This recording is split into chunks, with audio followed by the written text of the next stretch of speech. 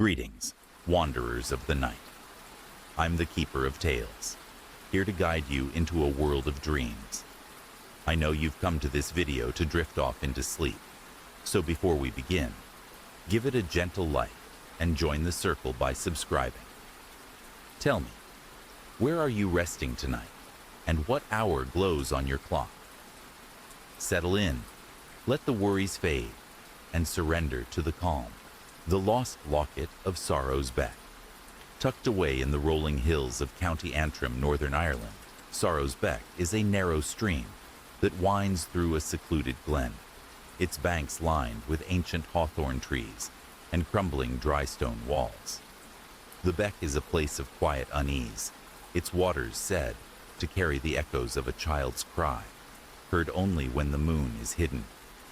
Locals in the nearby village of Glenarm whisper of a locket lost in the stream, its gleam drawing wanderers to the water's edge, only to leave them with a weight they cannot shake. To passers-by, Sorrow's Beck is a serene brook. To those who linger, it is a place where a mother's grief ripples through time. In the summer of 2023, Fiona Kelly, a 31-year-old librarian from Belfast, visited Sorrow's Beck to escape the bustle of city life. A reserved woman with a fondness for local history, Fiona was intrigued by the glen's folklore, but saw it as charming myth, not reality. On a warm June afternoon, she arrived with a picnic basket, a book on Irish legends, and a small journal to jot down thoughts. The beck sparkled under the sun, its shallow waters gurgling over smooth pebbles, and the hawthorns bloomed with creamy blossoms. Settling on a flat stone by the stream, Fiona began reading, the gentle ripple of the water soothing her nerves. As the afternoon waned, a glint in the beck caught Fiona's eye, a flash of silver beneath the surface, like a coin or jewel. Thinking it was a lost trinket, she leaned closer, dipping her hand into the icy water. Her fingers brushed something smooth and metallic, but as she grasped it, a sharp, childlike wail pierced the air, high and desperate. Startled, Fiona yanked her hand back, the object slipping away. The wail grew louder, joined by a woman's anguished sob, both sounds emanating from the stream itself. Her heart pounding, Fiona scanned the glen, seeing no one, but the air turned heavy, laden with a sorrow that pressed against her chest. Drawn by an inexplicable urge, Fiona waded into the beck, the cold biting her ankles. The glint reappeared, and this time she retrieved it, a small heart-shaped locket, its surface engraved with a Celtic knot, tarnished, but intact. As she held it, the wail intensified, and the water around her seemed to shimmer, revealing a fleeting vision. A young girl in a 19th century dress, clutching the locket, her face streaked with tears, while a woman in a shawl knelt beside her, reaching out in vain. The girl's lips moved, forming the word "Mama," before the scene dissolved, the beck returning to its tranquil flow. Fiona stumbled to the bank, the locket clutched in her trembling hand, the cries fading, but their weight lingering in her heart. Shaken, Fiona sought answers in Glenarm, finding an old seamstress, Bridget, who knew the beck's lore. Over a flickering hearth, Bridget recounted a tragedy from 1847, during the Great Famine. A widow named Saoirse, starving and desperate, sent her daughter, Nia, to a wealthy landowner for aid, giving her a locket as a token of their bond. Nia never returned, lost to fever or worse, and Saoirse, consumed by guilt, drowned herself in the beck, searching for her child. The locket, Bridget said, was a beacon, drawing those who touched it into Niamh's final plea, a moment of loss frozen in the stream's current. Fiona returned to Belfast, the locket locked in a drawer, but its presence unsettled her. She photographed it for her journal, and one image, taken by the beck, showed a faint outline of a girl's hand reaching from the water, though no such figure was visible at the time. Fiona donated the locket to a local museum, unable to bear its sorrow. but she felt Neve's cry in quiet moments. Some say sorrow's beck holds the grief of Saoirse and Neve, its waters replaying their parting for those who find the locket. Others, like Fiona, wonder if the stream is a mirror of lost love, reflecting a moment that binds the living to the dead. Voices on the recorder. It was a weekend hike, nothing unusual. I'd been on plenty of them before, so when my friend Mark suggested we take a quick trip to the mountains for the weekend, I didn't think twice. We were both avid hikers, and this trail was one of those lesser-known routes, the kind where you rarely encounter other people. We set out early in the morning. The air was crisp, and the sun had barely risen when we hit the trail. We made good progress, the path winding through dense forests before opening up to steep rocky outcrops. It felt peaceful, almost surreal. I remember thinking how lucky I was to be away from the chaos of daily life. At some point during the hike, we decided to stop for a break. We found a small clearing near a creek, and Mark pulled out a handheld recorder. It wasn't something we typically used, but Mark thought it'd be a fun way to document the trip. He started recording, joking about how much fun we were having, and how we'd probably get lost in the woods and never be seen again. We laughed, but something in his tone struck me as odd, almost uneasy. We took a few more pictures, shared some snacks, and then continued on. It wasn't until we made camp later that evening, just as the sky turned dark, that Mark pulled out the recorder again. He played back the earlier recordings, laughing at our dumb jokes, but when he pressed play for the last clip, I froze. I didn't recognize it at first. There was no context, no laughter, just whispering. Quiet at first, like a distant hum. Then, unmistakably, a voice, harsh and raspy, like it was coming from deep within the earth itself. "Get out," it whispered, barely audible, but clear enough for me to hear. I laughed it off, thinking it was some weird feedback from the recorder or interference from the wind. But then the voice came again, louder this time and clearer. "Leave now." I felt a chill run down my spine. Mark was already hitting the rewind button, playing the same part over again. The voice was still there, but there was more now. Footsteps, faint but unmistakable, as if someone had been walking near us the entire time we were sitting by the creek. We both fell silent. It was unnerving, especially since the recorder had been lying on the ground the entire time, right next to us. There was no one else around, just the two of us in the middle of nowhere. Mark shrugged it off at first, but I couldn't shake the feeling that something was wrong. I told him I wasn't comfortable staying out there for the night, that the forest felt alive in a way I couldn't explain. But Mark just laughed again, dismissing it as paranoia. That night, we took turns keeping watch. I kept hearing noises from the trees, branches snapping, the sound of footsteps circling the camp. But every time I shined my flashlight toward the noise, there was nothing there. Just shadows, stretching unnaturally in the moonlight. The next morning, we packed up and headed back down the trail, trying to laugh off the weirdness of the night before. But something was different. The woods felt off. The air seemed heavier, like it was pressing down on us. Every turn in the trail felt like we were being watched. When we finally reached the parking lot, I felt a sense of relief wash over me. It wasn't until we were back home that I decided to check the recorder again. I didn't even have to press play. The moment I turned it on, I heard it. A low hum, followed by a voice, clearer than ever before. "Stay away." It wasn't just a warning, it was a command. I tried to erase the recordings, but they wouldn't delete. I reformatted the device, but every time I checked, the files were there. Always on the same day, always that same voice. It was almost like something was following me, reminding me that I had crossed into a place I shouldn't have been. I haven't gone back to those mountains since. I don't even go near any forests now. Every time I hear a strange noise at night or see a shadow move in the corner of my eye, I can't shake the feeling that whatever was on that recorder is still watching. And sometimes I hear that same voice, clear as day, echoing in my head. Stay away. The whispering ruins of Glenmore. In the far reaches of the Scottish Highlands, where the wind howls through jagged peaks and mist clings to the valleys, lies Glenmore, a remote glen steeped in legend.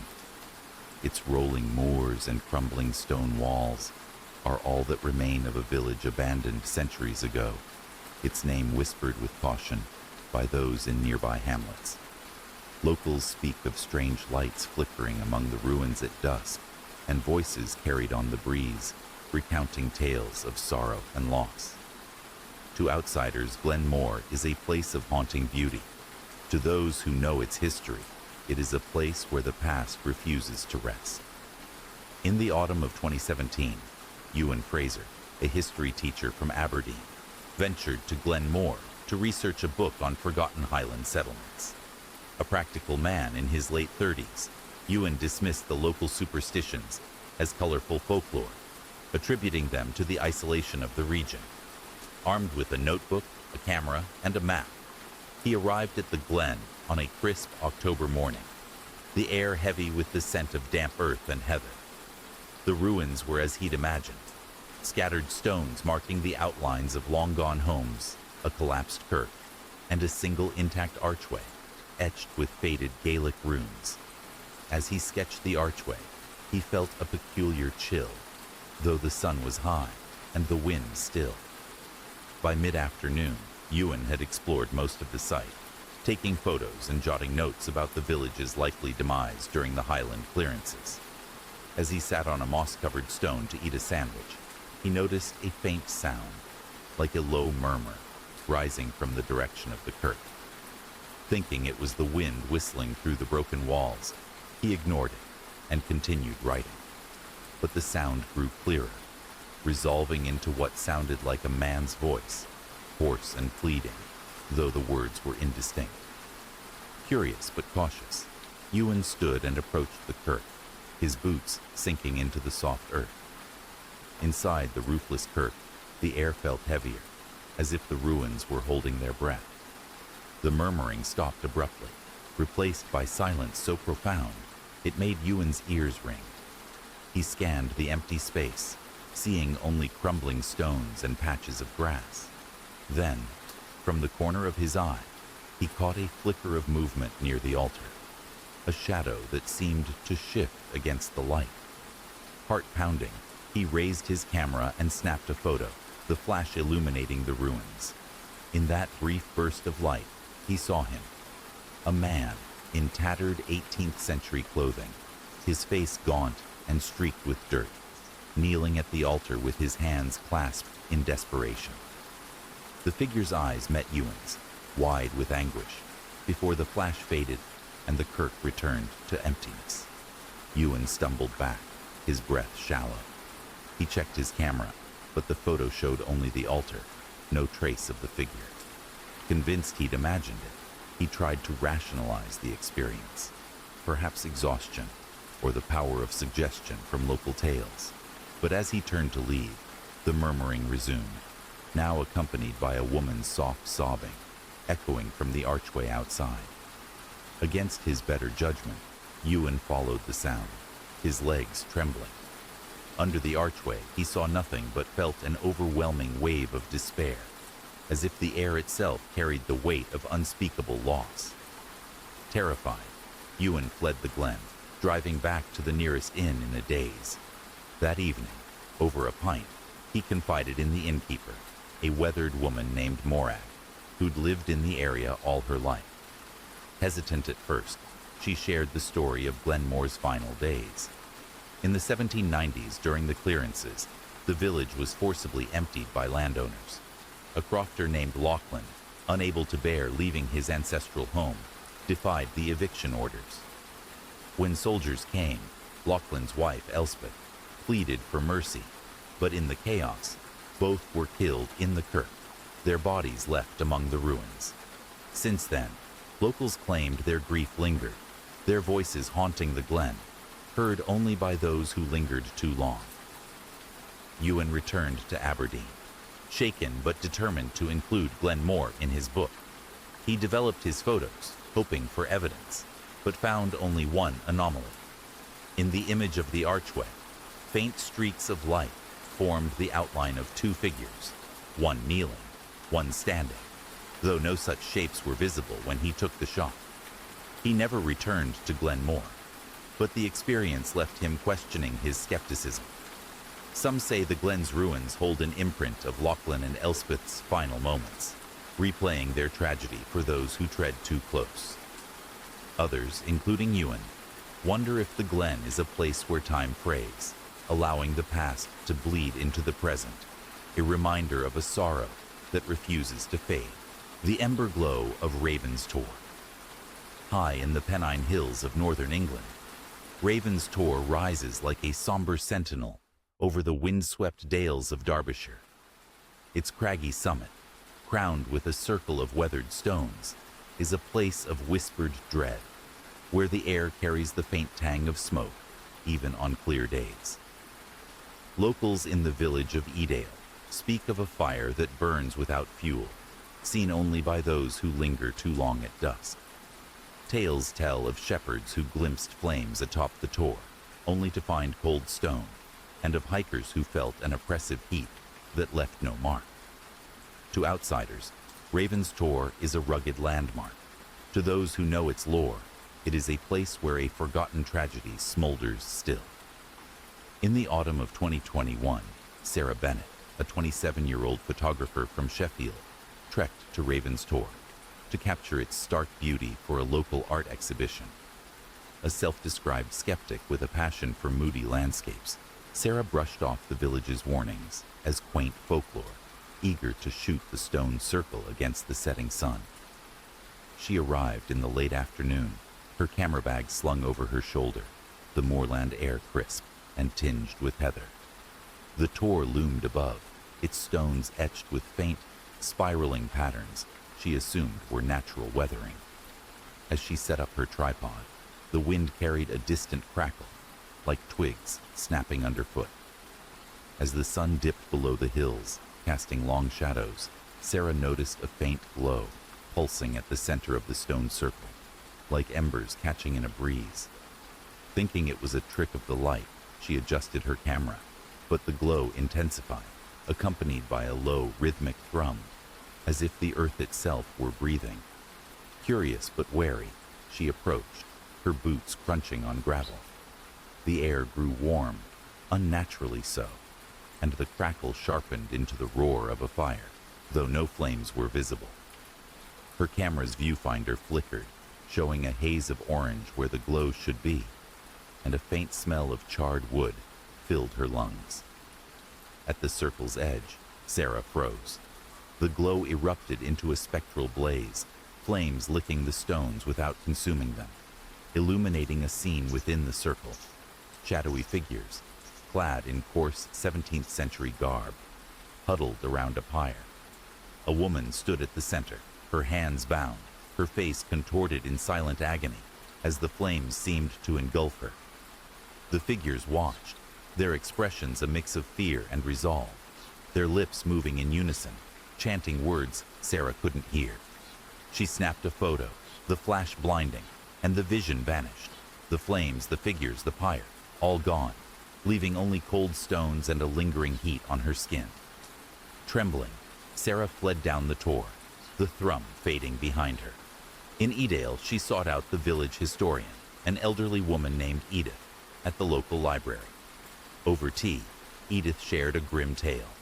In 1665, during the Great Plague, a healer named Marjorie was accused of witchcraft by panicked villagers.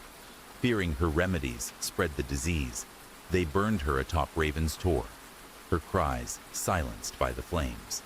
The village buried the act, but the Tor, locals claimed, kept Marjorie's final moments alive, its fire flaring for those who tread too close. Edith warned that seeing the pyre meant bearing its pain, a burden Sarah now carried. Back in Sheffield, Sarah developed her photos, her hands shaking. One image, taken at the circle, showed a faint ring of flames and a woman's silhouette, though her camera had captured only stones moments before. She withdrew from the exhibition, unable to face the tour's image.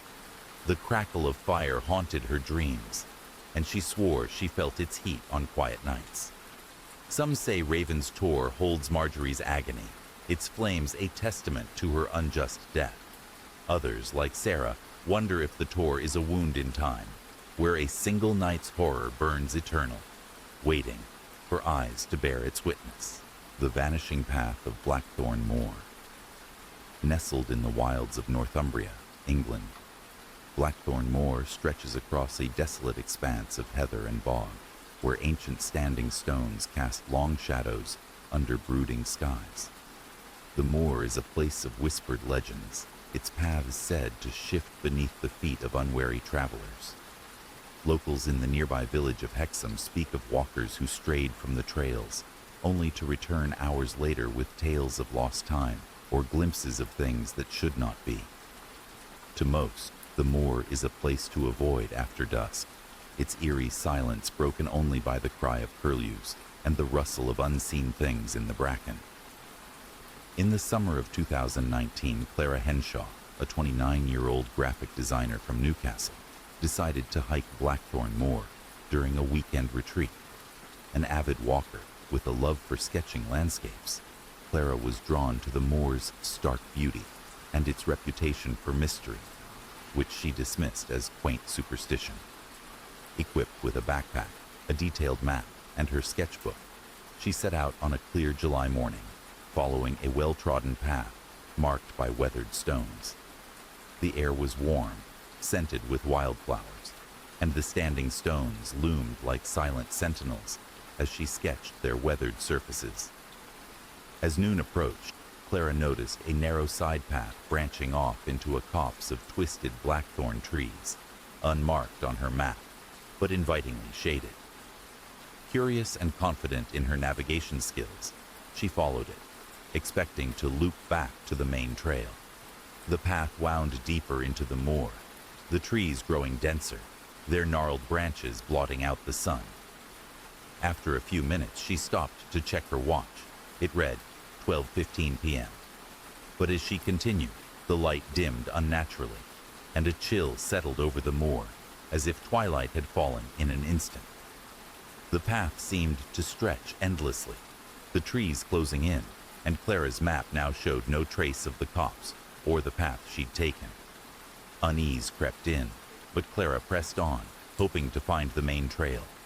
Then she heard it, a faint hum, like a distant chant, rising from the ground itself. The sound grew into a rhythmic murmur, words in a language she couldn't place, both mournful and urgent. Her heart raced as she noticed a flicker of movement ahead, a line of shadowy figures, cloaked in rough wool, walking in single file along the path.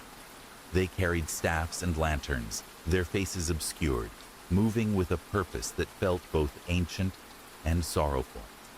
Clara froze, clutching her sketchbook, as the figures passed within feet of her, their lanterns casting no light. She called out, but her voice was swallowed by the hum, and the figures neither turned nor paused. Terrified, Clara turned to flee, only to find the path behind her gone, replaced by an unbroken wall of blackthorn. Panic surged as she stumbled forward, following the figures, who vanished around a bend. When she reached the spot, the path abruptly ended at a clearing she hadn't seen before, dominated by a single standing stone, carved with spirals. The hum ceased, and the air grew still. Clara checked her watch. It now read 6:45 p.m., though she felt only minutes had passed. Her phone showed no signal, but the timestamp on her last photo, taken at 12:10 p.m., confirmed she'd lost over 6 hours. Shaken, Clara retraced her steps, somehow finding the main trail again. She reached Hexham by nightfall, her sketchbook clutched tightly, though she couldn't recall drawing anything. At the village pub, she shared her story with an elderly barmaid, Agnes, who listened with a knowing nod. Agnes revealed that Blackthorn Moor was once a sacred site for a druidic sect, driven out in the 5th century during Christian purges. The sect's final ritual, a plea to their gods for protection, was said to have bound their spirits to the moor, their procession eternally retracing a path lost to time. Those who stumbled upon it, like Clara, were said to cross into their moment of exile, losing hours in a blink. Back in Newcastle, Clara developed her photos, expecting nothing unusual. But one image, taken at the Standing Stone, showed faint, translucent figures circling it, their lanterns glowing dimly. Figures she hadn't seen when she pressed the shutter. She never returned to Blackthorn Moor, but the hum lingered in her dreams, and her sketches from that day depicted a path she couldn't remember drawing. Some say the moor's paths are alive, shifting to ensnare the curious, replaying the druid's last march. Others, like Clara, wonder if the moor is a tier in time, where the past walks alongside the present, waiting for those who stray too far. Whispers. Outside the tent. A couple of summers ago, I went camping with 2 of my friends. We picked a remote spot miles away from the nearest town, deep in the woods where you could barely get any cell service. It was supposed to be a weekend to disconnect. Just us, a campfire, and the stars overhead. The first night went exactly like we planned. We set up the tents, cooked over the fire, told stupid stories, and laughed until our voices echoed through the trees. It felt peaceful out there, isolated in the best way. The second night was different. The air had shifted, colder, heavier. Even the woods sounded different. The usual chorus of crickets and rustling leaves had fallen almost completely silent, like the forest was holding its breath. We tried to brush it off. Maybe it was the weather. Maybe it was just in our heads. By midnight, we crawled into our tents, zipped them up, and tried to sleep. I don't know how long I lay there, staring into the darkness of the tent, before I heard it. A whisper. At first, it was so soft I thought it was the wind, just a faint hissing, weaving between the trees. But as I listened, it became clearer, distinct words, though I couldn't make out what they were saying. I sat up, heart pounding, and strained to hear. It sounded like multiple voices, low, murmuring, moving around the camp. I unzipped the tent just an inch and peered out. The fire had burned down to nothing but embers. The woods beyond were pitch black. I couldn't see anyone, but the voices were there, circling, as if a group of people was walking slowly around us. I whispered to my friends, asked if they were hearing it too. One of them, Jake, muttered something about a bad dream and turned over. The other, Sam, didn't answer at all. Then I heard footsteps. Soft at first, like someone stepping carefully through the underbrush, getting closer, closer. Suddenly, something brushed against the side of my tent. Just a light touch, like fingers running along the fabric. I froze, barely breathing. Another whisper, right outside the tent now. So close I could almost feel the breath behind it. Still no clear words. Just the sickening feeling that whoever, or whatever, was out there, was trying to lure us out. I clenched my flashlight, but I didn't turn it on. Some instinct told me not to, that if I showed any sign I was awake, they might come inside. I sat like that for what felt like hours, the whispers rising and falling, footsteps crunching in the dead leaves, circling, always just out of sight. Sometime just before dawn, the sounds faded. One by one, the voices drifted away, swallowed by the forest. The last thing I heard was a single drawn-out whisper right at the entrance to my tent, a word I finally understood. Come. When the sun finally rose, I stumbled outside. Jake and Sam were already packing, pale and shaking. They'd heard it too. We broke camp in record time and didn't speak much on the drive home. We never went back to those woods again. And even now, when the night is quiet and the wind picks up just right. I swear I can still hear those whispers, somewhere just beyond the trees. A night in the abandoned house in the woods. This happened to me a few years ago, in early autumn. I had decided to go camping alone, something I used to do often, just to clear my head. I picked a forest about an hour away from my town, a place I thought I knew well enough not to get into trouble. That afternoon, I parked my car at the trailhead and started hiking deeper into the woods. The trees were thick, their tops blocking most of the gray sky above. The air smelled of wet leaves and distant rain, and the further I walked, the quieter it became. No people, no animals, just me and the forest. I had planned to set up camp near a small clearing I knew about, but by the time I got close, it started to rain.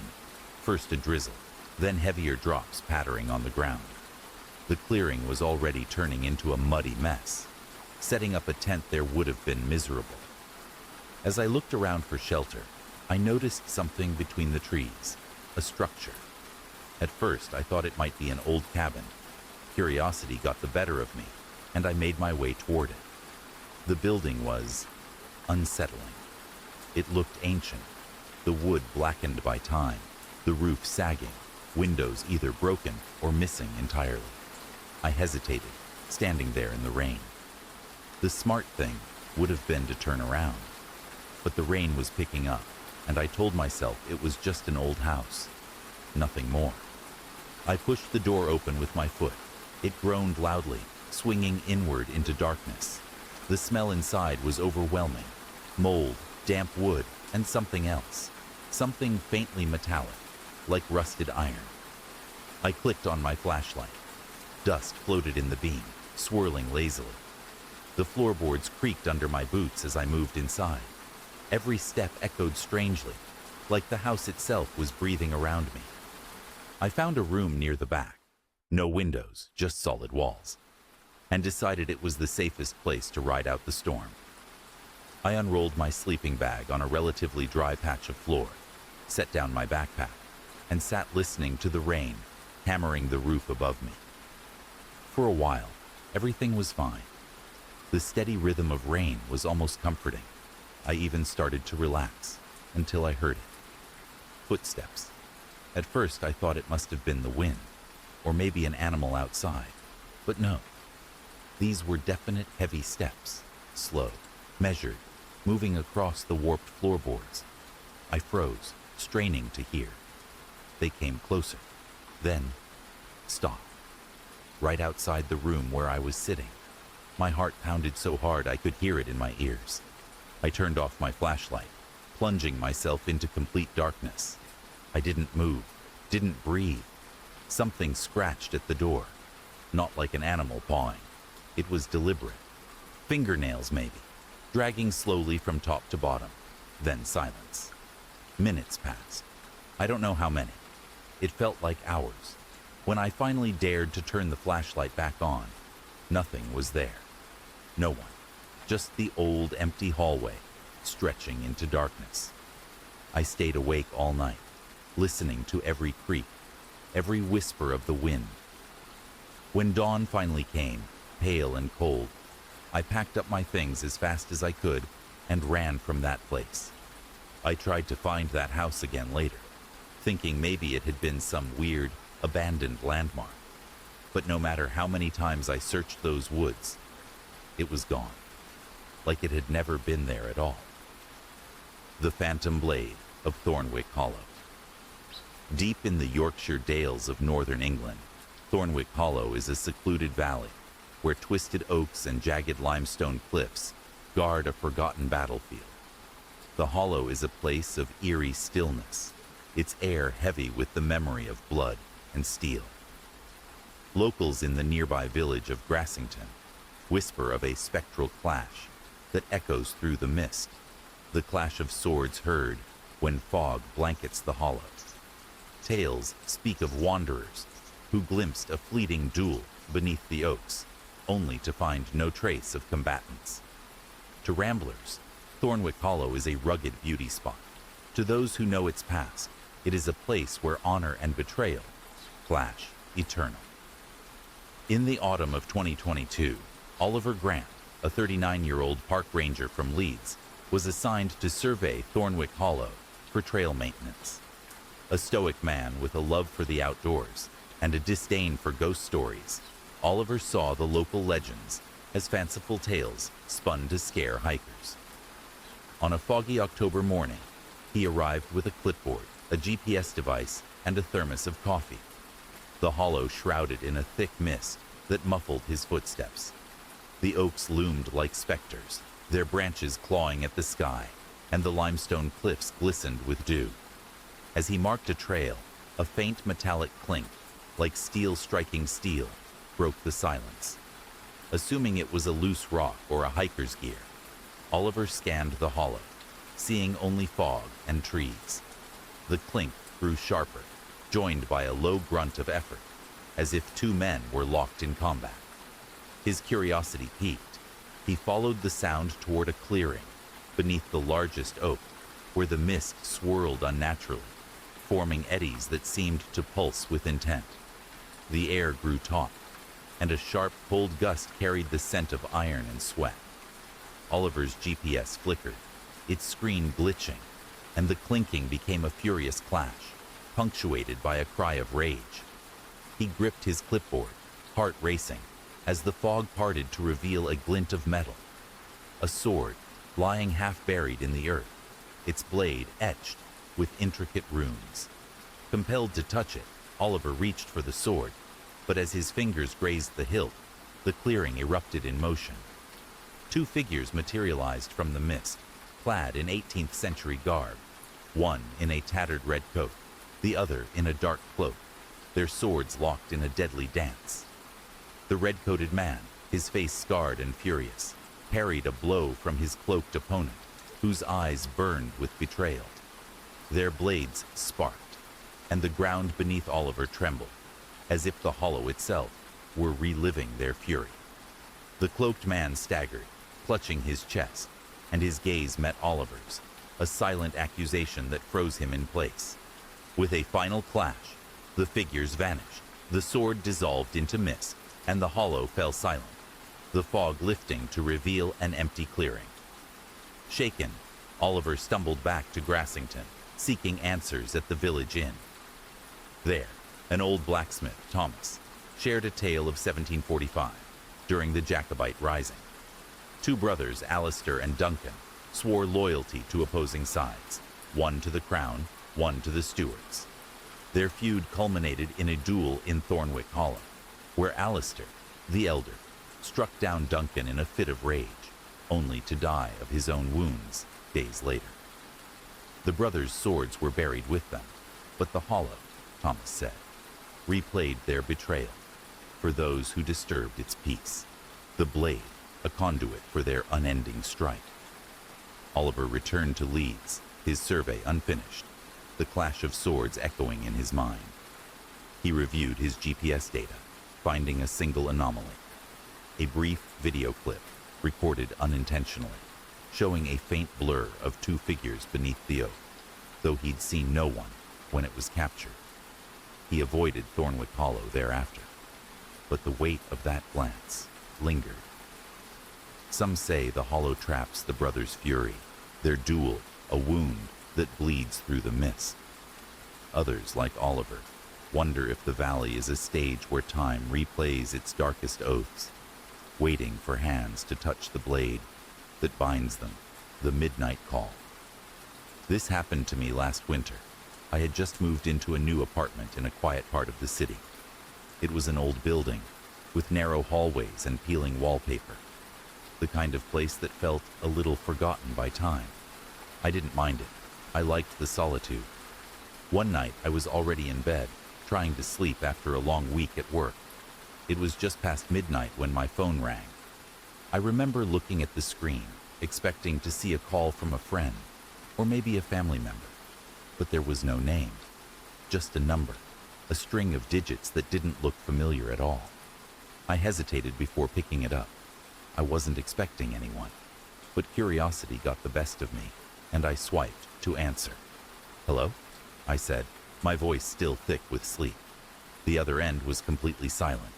No sounds at all. I waited for a moment, thinking it might be a wrong number or a telemarketer. But then, I heard something. A faint breathing, slow, deep, almost like it was being forced. I froze. My heart skipped a beat. No one spoke. "Hello?" I said again, my voice now more alert, but still no response. I was just about to hang up when a whisper came through the line. It wasn't a word, just a sound. A soft, guttural hum, like someone trying to speak, but unable to form real words. I felt a chill crawl down my spine. I pulled the phone away from my ear for a second, just to make sure I wasn't imagining it. But then, there it was again. The whisper, louder this time. "Help me." The voice was raspy, almost strained, and it sent a wave of unease washing over me. I gripped the phone tighter, my thoughts racing. "Who is this?" I asked, my voice shaking slightly. The line went dead. I checked my phone. The call had ended. But the thing was, the screen didn't show that it had been a missed call. It was as if no one had called at all. I stared at the screen for a long time, trying to make sense of it. I checked the number, but it didn't match anything in my contacts. It wasn't from anyone I knew. I tried to dismiss it, chalking it up to my imagination playing tricks on me in the dark. But something about it didn't sit right. The voice, the way it sounded so close, yet so far away. I tried to go back to sleep, but every time I closed my eyes, I saw the number on my phone. My mind kept replaying the whisper, "Help me," over and over. A few minutes later, my phone rang again. I looked at the screen, heart pounding. The same number. I didn't want to pick it up, but I couldn't stop myself. I answered, breath catching in my throat. This time, the voice was clearer, almost desperate. "You shouldn't have answered." I didn't say anything. I just hung up, immediately. But that wasn't the end of it. The calls kept coming, at random hours during the night, always from that same strange number. Sometimes the voice was just breathing. Other times, it would whisper something. "Don't sleep, or I see you." Each call made my skin crawl, and I couldn't figure out what was happening. I tried blocking the number, but it didn't help. The calls kept coming, from different numbers, sometimes even with no number at all. I couldn't take it anymore. I packed up my things and moved out of that apartment. But even now, I get the occasional call. Each time I answer, there's only silence, or that same whisper, "Help me." And I can't help but wonder, was I ever supposed to hear it? The figure on the highway. This happened last winter, when I was driving back home after visiting my parents. It was late, sometime after midnight, and the highway was almost completely empty. Just a long, endless stretch of dark road, cutting through frozen fields. The weather had turned ugly. It had started snowing heavily, and the wind pushed the flakes across the road in swirling, ghostly patterns. My headlights barely cut through the storm, and I found myself gripping the wheel tighter, leaning forward, squinting into the white blur ahead. I was maybe 30 minutes from home when I first saw it. At the edge of the road, just beyond the shoulder, there was a figure. I caught it in a quick flash. A person, standing completely still in the snow. No car nearby, no movement, just standing there, staring. I felt a jolt of adrenaline, but before I could really react, I had already passed them. I thought maybe they needed help, that maybe their car had broken down somewhere behind the trees. I slowed down, debating whether I should turn around, but something about it felt wrong. I couldn't explain it. I kept driving. About 10 minutes later, I saw them again. Same figure, same spot, just off the side of the road, as if they had somehow gotten ahead of me, even though there were no exits, no cross streets, nothing but forest on either side. I was going 60 miles an hour.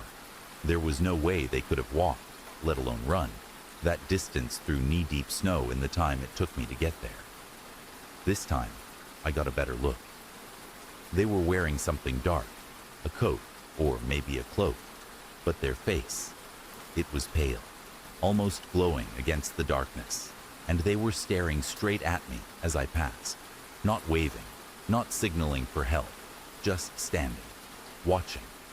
The temperature inside my car felt like it dropped 10 degrees. I didn't slow down this time. I pressed harder on the gas, heart pounding, eyes darting between the rearview mirror and the road ahead. I kept telling myself there had to be a logical explanation. Maybe I was tired. Maybe it was a trick of the snow, the lights, my own exhausted mind. But deep down, I knew it wasn't. About 5 minutes from my town, I reached a long, curved stretch of highway where a single, battered old sign warned of deer crossing. I was just starting to relax when I saw something move ahead, something stepping into the road. For a split second, I thought it was a deer. It wasn't. It was the figure. Standing directly in the middle of my lane, arms at their sides, staring right at me. I slammed the brakes, tires screeching on the icy pavement. The car fishtailed, sliding sideways, and I gripped the wheel, trying to avoid spinning out. When the car finally skidded to a stop, I looked up, expecting to see them inches from my hood. But there was nothing there. The road was empty. No figure, no tracks, no sign that anyone had ever been there at all. I sat there for a long moment, breathing hard, the snow pounding against the windshield. Then I slowly pulled back onto the road and drove home, refusing to look into the rearview mirror, no matter how badly I wanted to. I didn't take that highway for months afterward, and sometimes, even now, when I'm driving at night, I get the feeling that someone's standing just off the side of the road, waiting. The storm's call of Kilmary Point. I've never been one for ghost stories, but Kilmary Point, a jagged outcrop on the west coast of the Isle of Mull, Scotland, changed that. The point is a lonely place, where cliffs drop into the Atlantic, and sea spray clings to the air like a shroud. Locals in Tobermory talk of a storm that never dies, its winds howling the name of a sailor lost to the deep. They say if you stand too long at the point's edge, you'll hear his voice, begging for rescue. I thought it was just island folklore, the kind spun to keep kids from the cliffs. That was before I went there myself. In the winter of 2023, I, Rachel Harper, a 35-year-old freelance writer from Glasgow, came to Mull for a travel piece on its hidden gems. I'm a city girl, more at home with coffee shops than cliffs, but the promise of a quiet retreat lured me to Kilmary Point. I arrived on a gray January morning, my notebook tucked in my coat, a camera slung around my neck, and a flask of tea to ward off the chill. The point was as wild as I'd heard. Waves crashing against black rocks, gulls screaming overhead, and a lone standing stone etched with faded Celtic knots, marking the cliff's edge. I scribbled notes about the view, dismissing the locals' tales as poetic nonsense. As noon crept closer, the sky darkened, and a wind kicked up, sharp enough to sting my cheeks. I was about to head back when I heard it. A low, keening wail, not the wind but something human, rising from the sea below. I froze, my pen hovering over my notebook. "Hello?" I called, my voice swallowed by the gale. The wail came again, clearer now, a man's voice, hoarse and desperate. "Help me." My stomach twisted. I edged toward the cliff, peering down at the churning waves, but saw nothing. No boat, no swimmer, just foam and rock. Thinking it was my imagination, I turned away, but the wind roared, and the wail became a plea. "Don't leave me." My heart hammered. I fumbled for my camera, snapping a photo of the sea, hoping to capture something, anything, to explain the voice. That's when the air changed, growing heavy, like a storm about to break. The standing stone hummed, a vibration I felt in my bones, and the wind whipped into a frenzy, carrying the scent of salt, and something fouler, like rotting seaweed. I stumbled back, but the world blurred, and for a moment, I wasn't on the cliff anymore. I saw him, a man in a tattered oilskin, clinging to a splintered mast, his face gaunt, his eyes wide with terror as waves swallowed him. He reached out, his lips forming my name, Rachel, though I'd never seen him before. The vision shattered, and I was back on the point, gasping, the stones silent, the wind calm. I ran to my car, my hands shaking as I drove to Tobermory. At a harborside cafe, I spilled my story to an old fisherman, Angus, whose weathered face grew grim. He told me of 1879, when a fishing boat, the Island Dube, sank off Kilmory Point in a brutal storm. The captain, Eamon, was the only survivor, washed ashore, but broken by guilt for failing his crew. He returned to the point daily, calling for his lost men, until one night he vanished, presumed drowned in his grief. Angus said Eamon's spirit lingers, his storm summoning those who stand at the point, seeking aid he can never give. Back in Glasgow, I uploaded my photos, dreading what I'd find. One image, taken at the cliff's edge, showed a faint, translucent figure in the waves, his arm outstretched, though the sea was empty when I clicked the shutter. I deleted it, unable to look at his face. I haven't returned to Mull, but Eamon's voice echoes in my quiet moments, a plea I can't answer. Some say Kilmory Point traps his torment, its storms replaying his final call. I wonder if it's more, a crack in time where his loss reaches out, searching for someone to pull him from the deep, the forgotten feast of Hollow Vale. In the shadowed heart of County Galway, Ireland. Hollow Vale is a windswept hollow, where the River Corrib bends around a cluster of ancient yew trees, their gnarled roots clutching the earth like skeletal hands. The Vale is a place of quiet dread, its mossy stones and sunken paths avoided by locals who murmur of a cursed banquet that never ends. Tales persist of travelers hearing laughter and clinking glasses on moonless nights, only to find the Vale empty, its air thick with the scent of decay. To visitors, Hollow Vale is a picturesque relic. To those in nearby Ballinasloe, it is a place where the dead dine in silence. In the spring of 2022, Liam Walsh, a 42-year-old accountant from Dublin, visited Hollow Vale to settle a family matter. His late uncle had left him a small plot of land nearby, and Liam, ever practical, saw the trip as a chance to assess its value. A man of numbers, not superstitions, he scoffed at the village pub's warnings about the Vale, chalking them up to rural exaggeration. On a damp April evening, armed with a flashlight and a surveyor's map, he drove to the hollow, parking near a stone bridge that marked its edge. The yews loomed in the twilight, their branches swaying despite the still air, and a faint mist curled along the riverbank. As Liam surveyed the land, noting boundaries under the beam of his flashlight, he caught a whiff of something odd.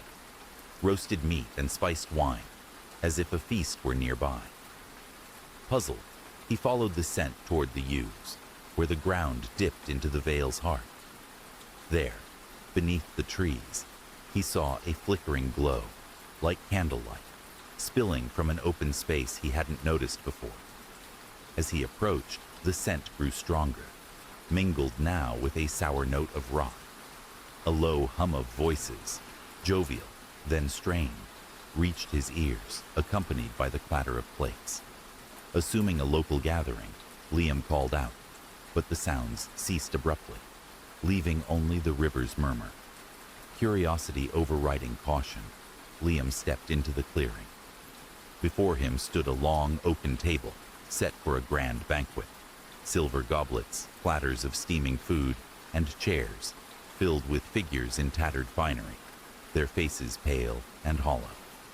At the table's head sat a man in a velvet doublet, his eyes sunken, raising a goblet in a silent toast. The guests mirrored him, their movements mechanical, their lips moving without sound. Liam's flashlight wavered as he noticed the food: molded bread, rancid meat, wine clouded with sediment. Yet the figures ate, their jaws grinding in eerie unison. A woman in a frayed gown turned to him, her gaze empty, and pointed to an empty chair, as if inviting him to join. Panic seized Liam. He backed away, but the ground seemed to shift, the yews closing in like a cage. The table glowed brighter, and the figure's silent feast grew frenzied, their hands tearing at the spoiled food, their eyes now fixed on him. A chilling realization hit.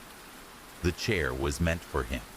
He bolted, tripping over roots, the laughter resuming behind him, now cold and mocking. When he reached his car, gasping, he glanced back. The veil was dark, the glow gone, the scent vanished. His flashlight showed only muddy footprints, but his map, dropped in the chaos, was missing. Shaken, Liam sought answers at the pub, where an old farmer, Seamus, shared a grim tale.